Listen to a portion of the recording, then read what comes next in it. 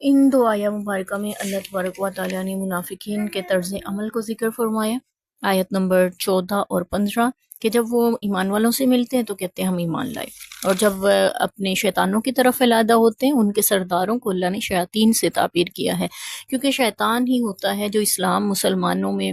فساد مچانے کا سبب بنتا ہے، اس لیے جو بھی انسان ایسی حرکت کرے وہ بھی شیطان کہلاتا ہے۔ اور ہم سورہ ناس میں بھی اس کو پڑھ چکے ہیں کہ من الجنۃ والناس، ایسے لوگ جو ہیں وہ وسوسے پھونکنے والے، وہ انسانوں میں سے بھی ہیں اور جنات میں سے بھی ہیں۔ تو یہاں پہ بھی وہ اپنے شیطانوں کے پاس جب جاتے تو کہتے قالوا انا معکم، بے شک ہم تو تمہارے ساتھ ہیں۔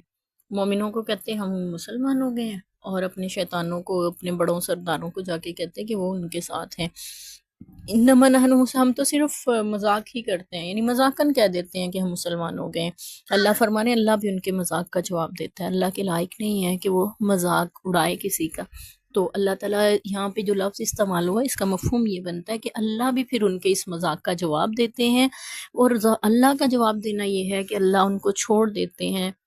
یا ڈھیل دے دیتے ہیں، ان کی سرکشی میں وہ بھٹکتے رہ جاتے ہیں۔ ساتھ ہی اگلی آیت کا بھی ہم کر لیتے ہیں، آیت نمبر 16 کا۔ اللہ فرما رہے یہی لوگ ہیں جنہوں نے ہدایت کے بدلے گمراہی کو خرید لیا، ان کی تجارت نے ان کو فائدہ نہ دیا اور نہ وہ ہدایت پا سکے۔ تو یہ منافقین کے لیے ہے کہ یہ ہدایت والے نہیں ہیں۔ پیچھے ہم نے پڑھا تھا منافقین کے لیے دردناک عذاب ہے، اور یہاں اللہ بتا رہے ہیں یہ ہدایت والے نہیں ہیں، جبکہ ہم سورہ فاتحہ سے اللہ سے دعا مانگتے آ رہے ہیں، یعنی قرآن کی پہلی سورت سے اللہ ہمیں ہدایت والوں کا راستہ دکھا، اللہ ہمیں ہدایت کی راہ چلا اور ان لوگوں کا راستہ دکھا جن پہ تو نے انعام کیا۔ تو اللہ تعالیٰ نے ہمیں تینوں گروہوں کا تعارف کروا دیا، مومنین کا جو کہ کامیاب ہونے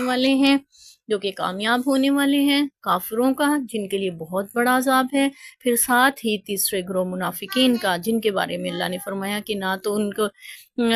ہدایت پر ہیں اور بل ان کے لیے دردناک عذاب بھی اللہ نے تیار کر رکھا ہے۔ اعاذنا اللہ من، اللہ تعالی ہمیں ایسے عذابوں سے بچائیں، آمین، اور ایسی منافقت سے بچائیں جو ہمیں دین سے دور کرنے والی ہو۔ اللہ تعالی ہمیں خالص مومن متقین بنا دیں، آمین۔